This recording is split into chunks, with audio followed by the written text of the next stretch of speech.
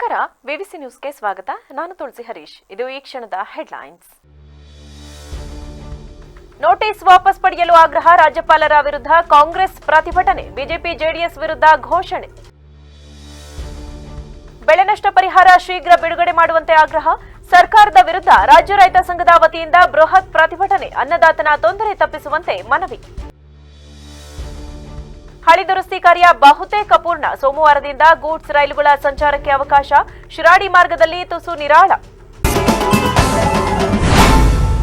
ಮುಖ್ಯಮಂತ್ರಿ ಸಿದ್ದರಾಮಯ್ಯ ಅವರಿಗೆ ರಾಜ್ಯಪಾಲರ ನಡೆ ಖಂಡಿಸಿ ಹಾಗೂ ನೋಟಿಸ್ ವಾಪಸ್ ಪಡೆಯುವಂತೆ ಆಗ್ರಹಿಸಿ ಜಿಲ್ಲಾ ಕಾಂಗ್ರೆಸ್ನಿಂದ ನಗರದಲ್ಲಿಂದು ಪ್ರತಿಭಟನೆ ನಡೆಸಲಾಯಿತು. ಬಿಎಂ ರಸ್ತೆಯಲ್ಲಿರುವ ಕಾಂಗ್ರೆಸ್ ಕಚೇರಿಯಿಂದ ಮೆರವಣಿಗೆ ಹೊರಟ ಮುಖಂಡರು ಹಾಗೂ ನೂರಾರು ಕಾರ್ಯಕರ್ತರು ತಮಟೆ ಬಡಿಯುತ್ತಾ, ಕುಂಭು ಕಹಳೆ ಊದುತ್ತಾ ಎನ್ಆರ್ ವೃತ್ತದವರೆಗೂ ರಾಜ್ಯಪಾಲರು ಬಿಜೆಪಿ ಜೆಡಿಎಸ್ ವಿರುದ್ಧ ಹಾಗೂ ಸಿದ್ದರಾಮಯ್ಯ ಅವರ ಪರಫಲಕ ಹಿಡಿದು ಸಾಗಿದರು. ಅಲ್ಲಿ ಮಾನವ ಸರಪಳಿ ನಿರ್ಮಿಸಿ ರಾಜ್ಯಪಾಲರು ರಾಜಕೀಯ ಮಾಡ್ತಿದ್ದಾರೆ. ಅದೇ ದುರುದ್ದೇಶದಿಂದ ಸಿದ್ದರಾಮಯ್ಯ ಅವರಿಗೆ ಶೋಕಾಸ್ ನೋಟಿಸ್ ನೀಡಿದ್ದಾರೆ ಎಂದು ಖಂಡಿಸಿದ್ರು. ಬಿಜೆಪಿ ಜೆಡಿಎಸ್ ಪಕ್ಷಗಳು ಬಹುಮತದಿಂದ ಅಧಿಕಾರಕ್ಕೆ ಬಂದಿರುವ ಸರ್ಕಾರವನ್ನು ಅಸ್ಥಿರಗೊಳಿಸಲು ರಾಜ್ಯಪಾಲರ ಮೂಲಕ ವಾಮ ಮಾರ್ಗದ ರಾಜಕೀಯ ಮಾಡ್ತಿದ್ದಾರೆ ಎಂದು ಆರೋಪಿಸಿದ್ರು. ಇದೇ ವೇಳೆ ಬಿಜೆಪಿ ಜೆಡಿಎಸ್ ನಾಯಕರ ವಿರುದ್ಧ ಘೋಷಣೆ ಕೂಗಿ ಆಕ್ರೋಶ ವ್ಯಕ್ತಪಡಿಸಿದ್ರು. ಕರ್ನಾಟಕದ ಪ್ರಬುದ್ಧ ಮತದಾರರು ಕಾಂಗ್ರೆಸ್ ಪಕ್ಷಕ್ಕೆ 136 ಸ್ಥಾನ ನೀಡಿ ಸಿದ್ದರಾಮಯ್ಯ ಅವರನ್ನು ಸಿಎಂ ಮಾಡಿದ್ದಾರೆ. ನಾಡಿನ ಜನರ ಅಭಿಪ್ರಾಯ ಗೌರವಿಸದೆ ದೇಶದ ಪ್ರಾಮಾಣಿಕ ರಾಜಕಾರಣಿ ಎನಿಸಿರುವ ಸಿದ್ದರಾಮಯ್ಯ ವಿರುದ್ಧ ಯಾರೋ ಖಾಸಗಿ ವ್ಯಕ್ತಿ ನೀಡಿದ ದೂರು ಆಧರಿಸಿ ನೋಟಿಸ್ ನೀಡುವುದು ಖಂಡನೀಯ. ಇನ್ನಾದರೂ ರಾಜ್ಯಪಾಲರು ಬಿಜೆಪಿ ಕೈಗೊಂಬೆಯಂತೆ ವರ್ತಿಸುವುದನ್ನು ಬಿಟ್ಟು ನೋಟಿಸ್ ಅನ್ನು ವಾಪಸ್ ಪಡೆಯಬೇಕು ಎಂದು ಆಗ್ರಹಿಸಿದ್ರು. ನಂತರ ಜಿಲ್ಲಾಧಿಕಾರಿ ಕಚೇರಿಗೆ ಆಗಮಿಸಿ ಡಿಸಿ ಸಿ ಸತ್ಯಭಾಮ ಅವರ ಮೂಲಕ ಮನವಿ ಸಲ್ಲಿಸಿದ್ರು. ಈ ವೇಳೆ ಮಾತನಾಡಿದ ಕಾಂಗ್ರೆಸ್ ಜಿಲ್ಲಾಧ್ಯಕ್ಷ ಲಕ್ಷ್ಮಣ್, ರಾಜ್ಯಪಾಲರು ಕೇಂದ್ರ ಸರ್ಕಾರದ ಕೈಗೊಂಬೆಯಂತೆ ವರ್ತಿಸುತ್ತಿರುವುದನ್ನು ಬಿಟ್ಟು ಸಂವಿಧಾನದ ಆಶಯದಂತೆ ಕೆಲಸ ಮಾಡಬೇಕು. ಮುಡಾ ಹಗರಣ ಆರೋಪ ಸಂಬಂಧ ತನಿಖೆ ನಡೆಯುತ್ತಿದೆ. ಅದರ ವರದಿ ಬರುವ ಮೊದಲೇ ಖಾಸಗಿ ವ್ಯಕ್ತಿ ದೂರು ಆಧರಿಸಿ ರಾಜ್ಯಪಾಲರು ನೋಟಿಸ್ ನೀಡಿ ಪ್ರಾಸಿಕ್ಯೂಷನ್ಗೆ ಅನುಮತಿ ನೀಡುವ ಹುನ್ನಾರ ಮಾಡ್ತಿರುವುದು ಸರಿಯಲ್ಲ. ಈ ವಿಚಾರದಲ್ಲಿ ವಿರೋಧ ಪಕ್ಷಗಳನ್ನು ಸುಳ್ಳನ್ನೇ ಸತ್ಯ ಮಾಡುವ ಹೊರಟಿವೆ. ಅವರ ಯಾವುದೇ ದುರುದ್ದೇಶ ಫಲಿಸದು ಎಂದರು. ಯಾವುದೇ ವ್ಯಕ್ತಿಯ ಕೇಸನ್ನು ನೋಟಿಸ್ ಕೊಡಬೇಕಾದ್ರೆ ರಾಜ್ಯಪಾಲರು ವಿಚಾರವನ್ನು ಅಧ್ಯಯನ ಮಾಡಬೇಕು.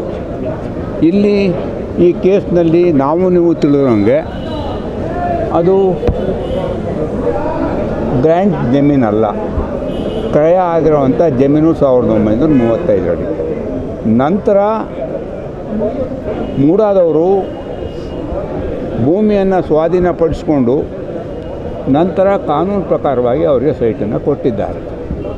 ಇದರಲ್ಲಿ ಸಿದ್ದರಾಮಯ್ಯನವರ ಪಾತ್ರ ಏನೇನೂ ಇಲ್ಲ.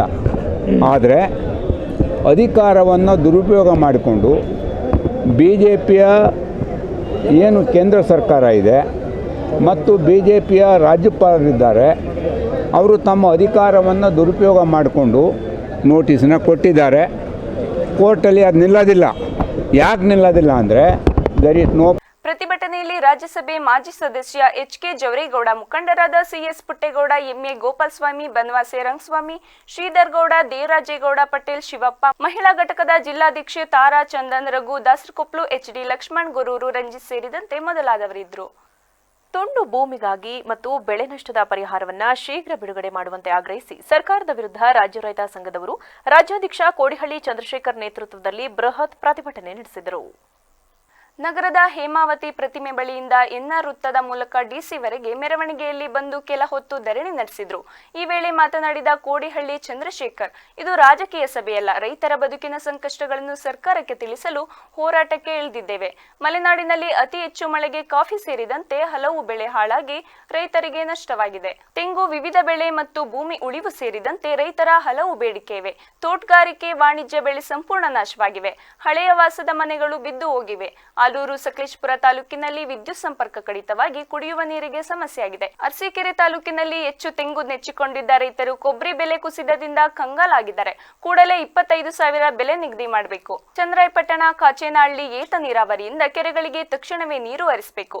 ಹೊಳೆನರಸೀಪುರ ತಾಲೂಕು ಶ್ರೀಮಠ ಗ್ರಾಮದ ಸರ್ವೆ ನಂಬರ್ 1 ಮತ್ತು ಚೌಡಳ್ಳಿ ಗ್ರಾಮದ ಸರ್ವೆ ನಂಬರ್ 70, 71, 74, ಗಾಳಿಪುರ ಗ್ರಾಮದ ಸರ್ವೆ ನಂಬರ್ 1ರಲ್ಲಿ ನೂರಾರು ರೈತರಿಗೆ ಹಲವು ವರ್ಷಗಳ ಹಿಂದೆಯೇ ಭೂಮಿ ಮಂಜೂರು ಮಂಜೂರು ಮಾಡಿದ್ದು ಅದರಂತೆ ರೈತರು ಸ್ವಾಧೀನದಲ್ಲಿದ್ದಾರೆ. ಹಿಂದೆ ಅರಣ್ಯ ಇಲಾಖೆಯವರು ವಿವಿಧ ಸಸಿ ನೀಡಿ ಮರ ಬೆಳೆಸಿ ನೀವೇ ಕಟಾವು ಮಾಡಿಕೊಳ್ಳಿ ಎಂದಿದ್ರು. ಇದೀಗ ದೊಡ್ಡವಾದ ನಂತರ ತಗಾದೆ ತೆಗೆದು ಮರಗಳು ಹಾಗೂ ಜಾಗ ನಮಗೆ ಸೇರಿದ್ದು ಎಂದು ಹೇಳಿದ್ದಾರೆ.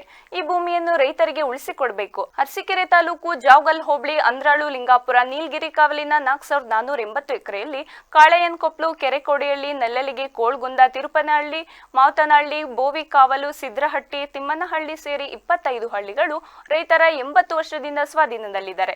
ಅವರಿಗೂ ತೊಂದರೆ ನೀಡುತ್ತಿದ್ದು ಅದನ್ನು ತಪ್ಪಿಸಬೇಕು ಎಂದು ಮನವಿ ಮಾಡಿದರು.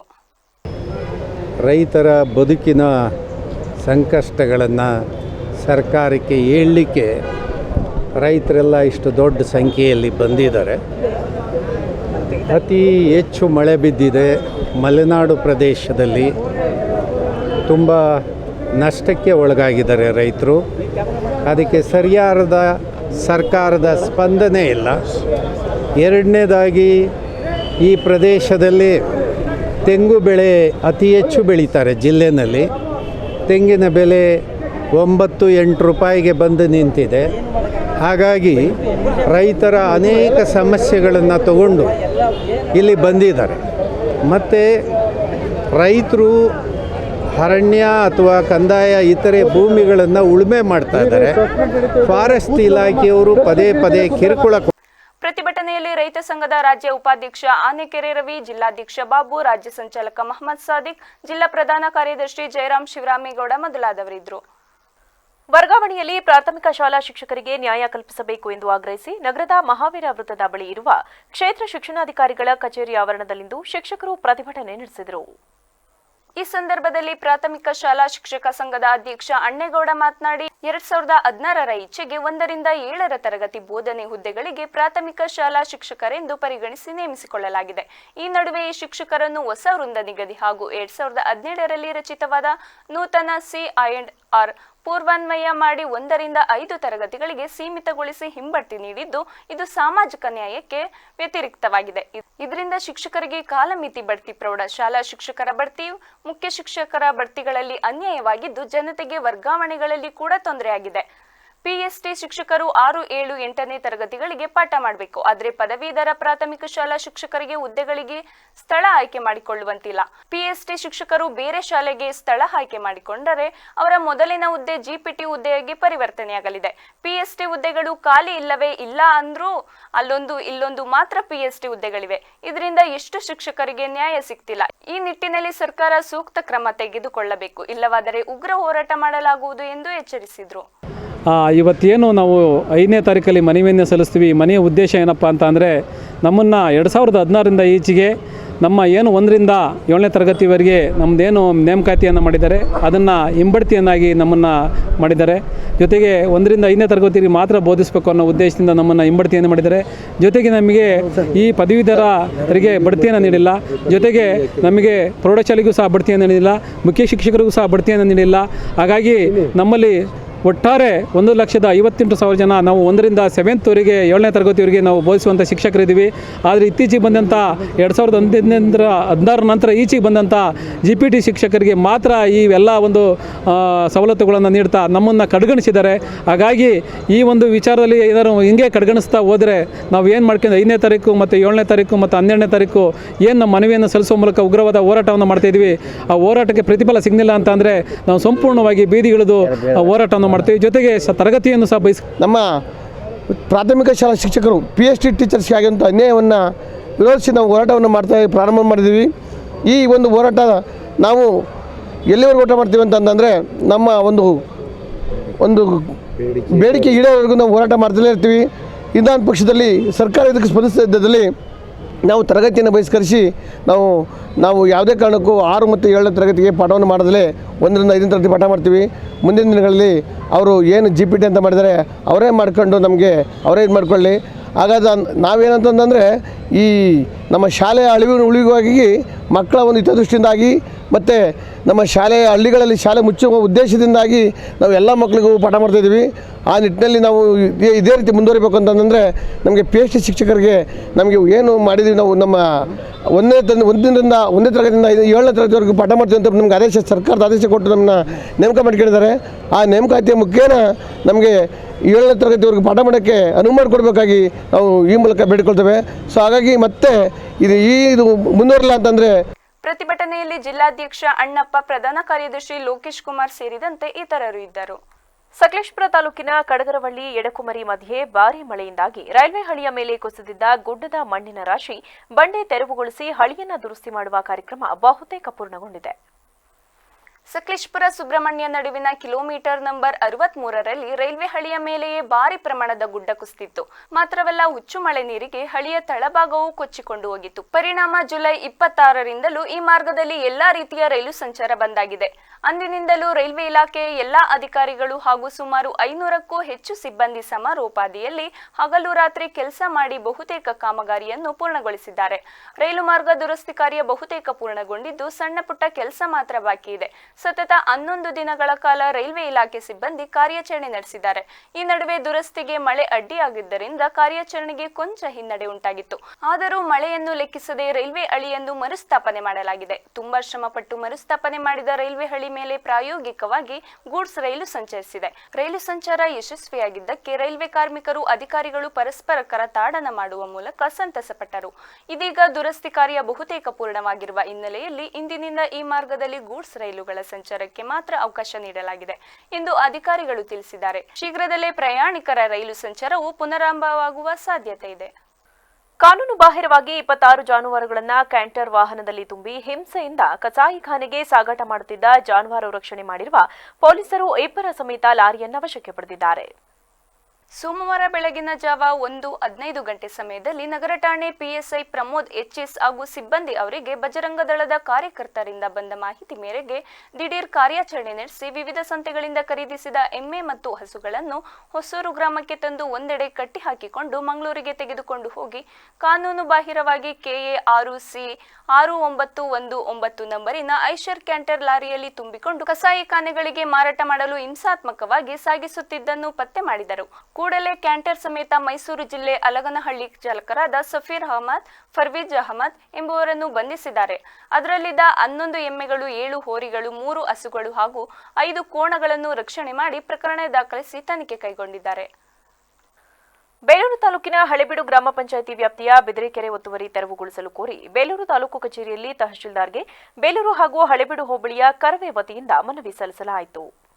ಈ ವೇಳೆ ಮಾತನಾಡಿದ ಜಿಲ್ಲಾ ಕರವೇ ಉಪಾಧ್ಯಕ್ಷ ಸೀತಾರಾಮ್, ತಾಲೂಕಿನ ಹಳೆಬೀಡು ಗ್ರಾಮ ಪಂಚಾಯಿತಿಗೆ ಹೊಂದಿಕೊಂಡಿರುವ ಬಿದರೆಕೆರೆಯು ಒಂದು ಕಾಲದಲ್ಲಿ ತುಂಬಿ ತುಳುಕುತ್ತಿದ್ದ ಕೆರೆ.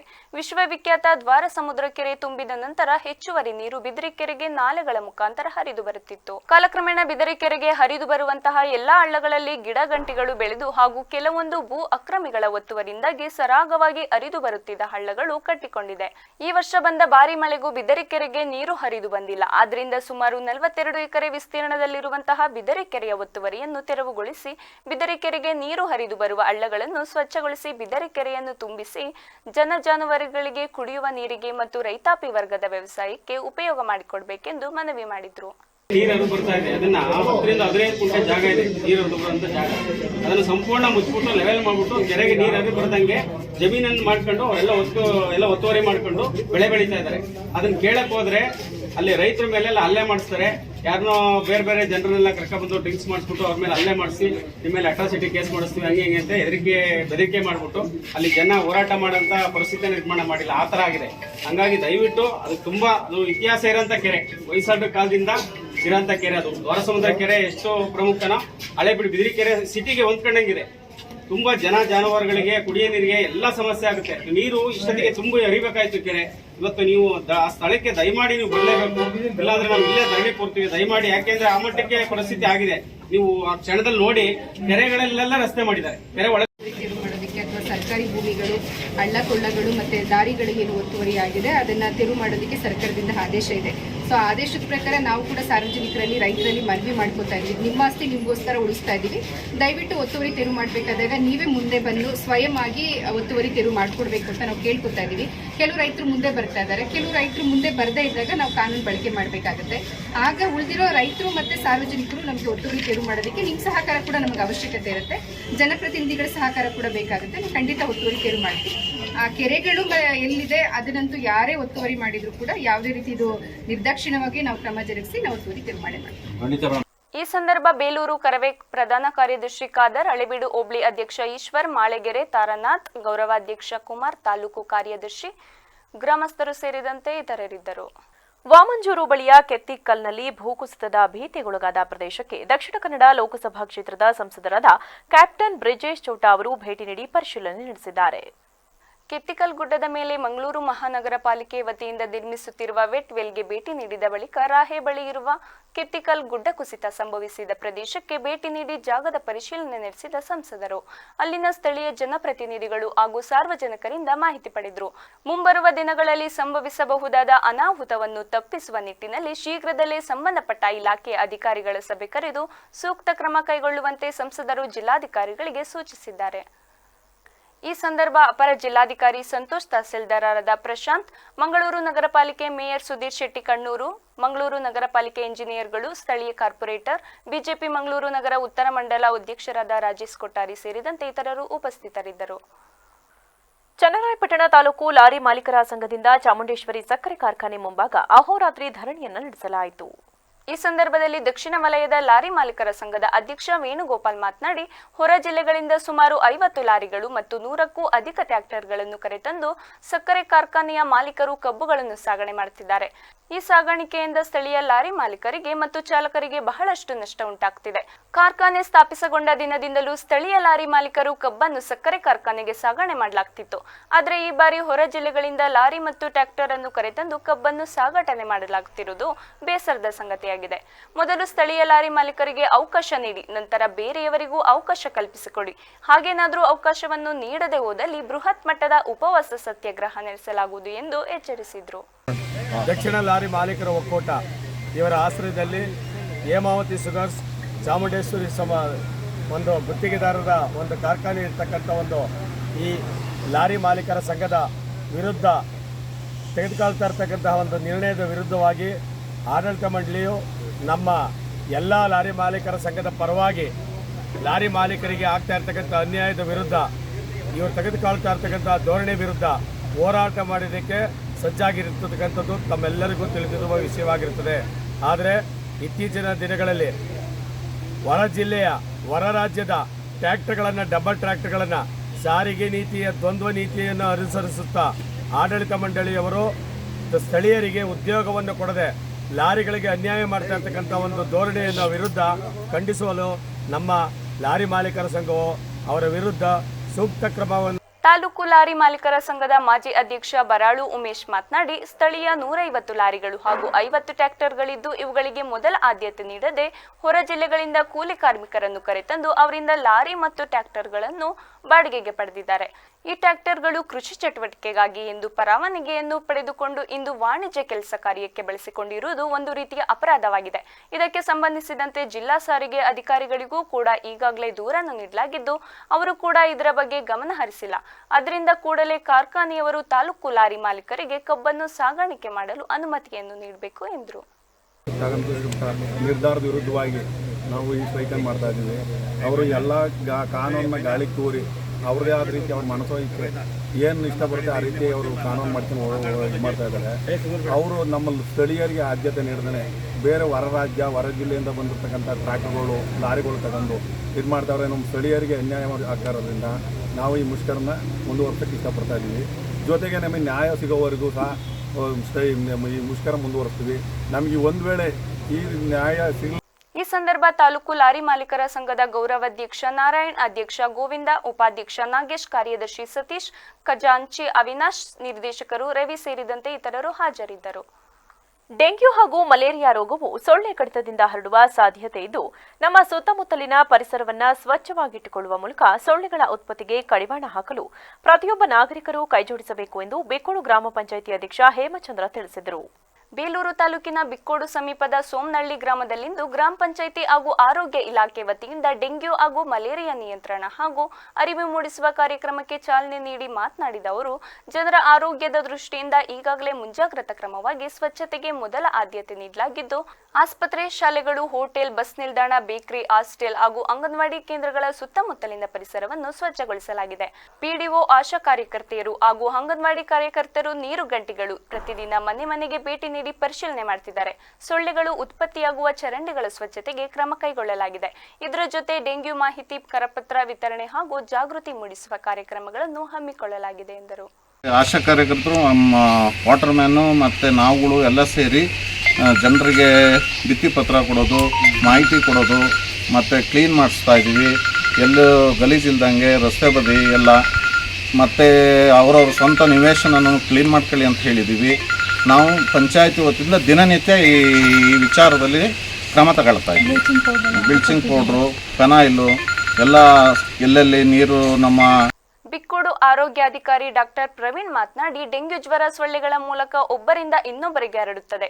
ಈಗಾಗಲೇ ಮಳೆ ಪ್ರಾರಂಭವಾಗಿದ್ದು, ತಗ್ಗು ಪ್ರದೇಶದಲ್ಲಿ ನೀರು ನಿಲ್ಲದಂತೆ ಸಾರ್ವಜನಿಕರು ಮುಂಜಾಗ್ರತಾ ಕ್ರಮಗಳನ್ನು ಅನುಸರಿಸಿದರೆ ಯಾವುದೇ ರೋಗವು ಜನರ ಬಳಿಗೆ ಬರುವುದನ್ನು ತಡೆಯಬಹುದು.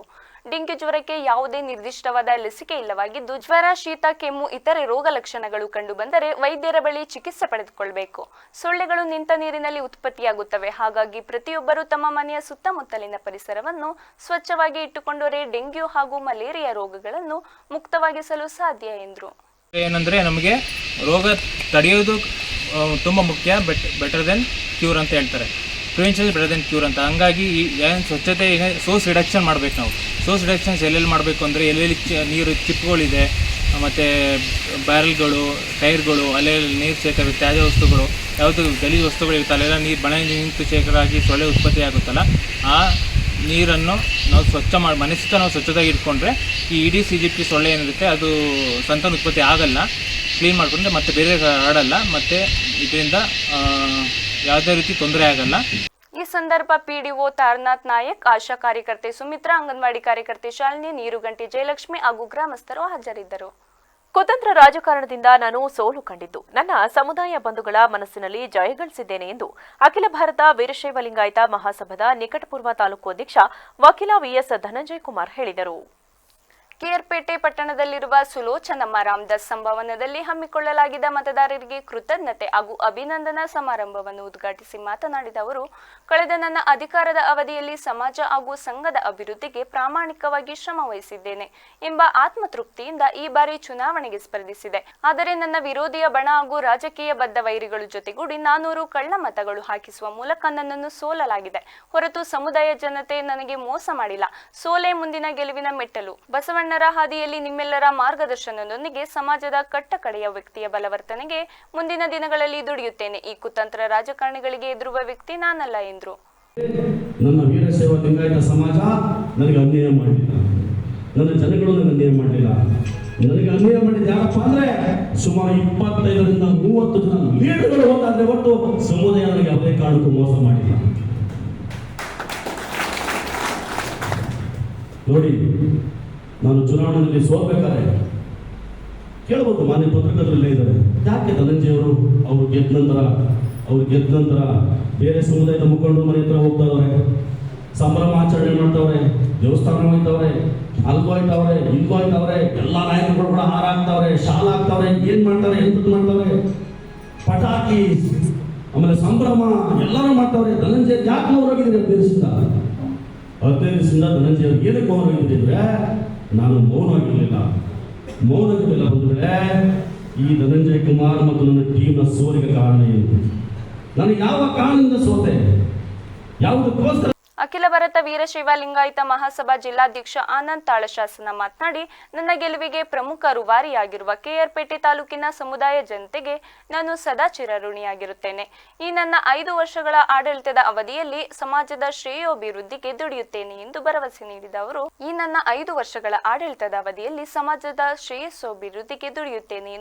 ನೀಡಿದ ಅವರು, ವಿಎಸ್ ಧನಂಜಯವರ ಕಾರ್ಯವೈಖರಿ ನನಗೂ ಮಾದರಿಯಾಗಿದ್ದು, ಅವರ ಸೋಲು ಅಷ್ಟೇ ನೋವು ಉಂಟು ಮಾಡಿದೆ. ಆದರೆ ಜನತಾ ತೀರ್ಪಿಗೆ ತಲೆಬಾಗಲೇಬೇಕಾಗಿದ್ದು ಬಿಎಸ್ ಧನಂಜಯ ಕುಮಾರ್ ಧೃತಿಗೆಡದೆ ಸಮಾಜದ ಅಭಿವೃದ್ಧಿಗೆ ನಮಗೂ ಮಾರ್ಗದರ್ಶನ ನೀಡಿ ಸಹಕಾರಿಯಾಗಬೇಕು ಎಂದರು. ನೀವೆಲ್ಲರೂ ಸಾವಧಾನದಿಂದ ಕೇಳಿದ್ದೀರಿ. ನಾನು ಕಡಿಮೆನೇ ಮಾತಾಡ್ತೀನಿ, ಯಾಕಂದರೆ ಸಮಯದ ಅಭಾವ ಇದೆ, ಓವರ್ ಟೈಮ್ ಆಗಿರೋದ್ರಿಂದ ಜಾಸ್ತಿ ಮಾತಾಡಲ್ಲ. ಕೆಲವೊಂದು ವಿಚಾರಗಳನ್ನ ನಿಮ್ಮಲ್ಲಿ ಪ್ರಸ್ತಾಪ ಮಾಡಿ ನಾನು ಮಾತನ್ನು ಮುಗಿಸ್ತೀನಿ. ಮೊದಲನೇದಾಗಿ ನಮ್ಮ ಗೆಲುವಿಗೆ ಎಷ್ಟು ನಾವು ಖುಷಿ ಪಟ್ಟಿದ್ದೇವೋ ಅದೇ ರೀತಿ ನಮ್ಮ ನಿಕಟಪೂರ್ವ ಅಧ್ಯಕ್ಷರು, ನನ್ನ ಆತ್ಮೀಯರು, ನನ್ನ ಗೆಲುವಿಗೆ ಮೂಲ ಕಾರಣಕರ್ತರಾದಂಥ ನಮ್ಮ ಧನಂಜಯವರು ಅನಿವಾರ್ಯ ಸೋಲು ನಮಗೆ ತುಂಬ ನೋವು ಕೊಟ್ಟಿದೆ. ಅವ್ರು ಹೇಳಿದಾಗೆ ಕುತಂತ್ರದ ಕೆಲವು ರಾಜಕಾರಣದಲ್ಲಿ ಕುತಂತ್ರಗಳಿಗೆ ನಮಗೆ ಗೊತ್ತಾಗ್ದಂಗೆ ಆಗ್ಬಿಡ್ತದೆ.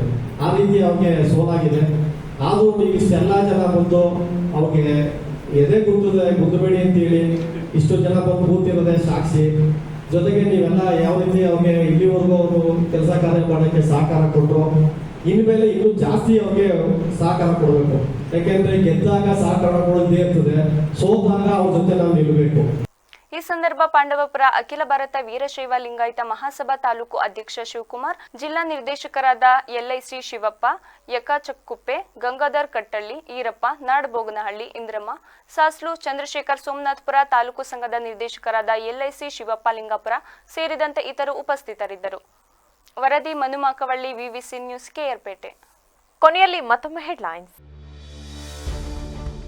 ನೋಟಿಸ್ ವಾಪಸ್ ಪಡೆಯಲು ಆಗ್ರಹ, ರಾಜ್ಯಪಾಲರ ವಿರುದ್ಧ ಕಾಂಗ್ರೆಸ್ ಪ್ರತಿಭಟನೆ, ಬಿಜೆಪಿ ಜೆಡಿಎಸ್ ವಿರುದ್ಧ ಘೋಷಣೆ.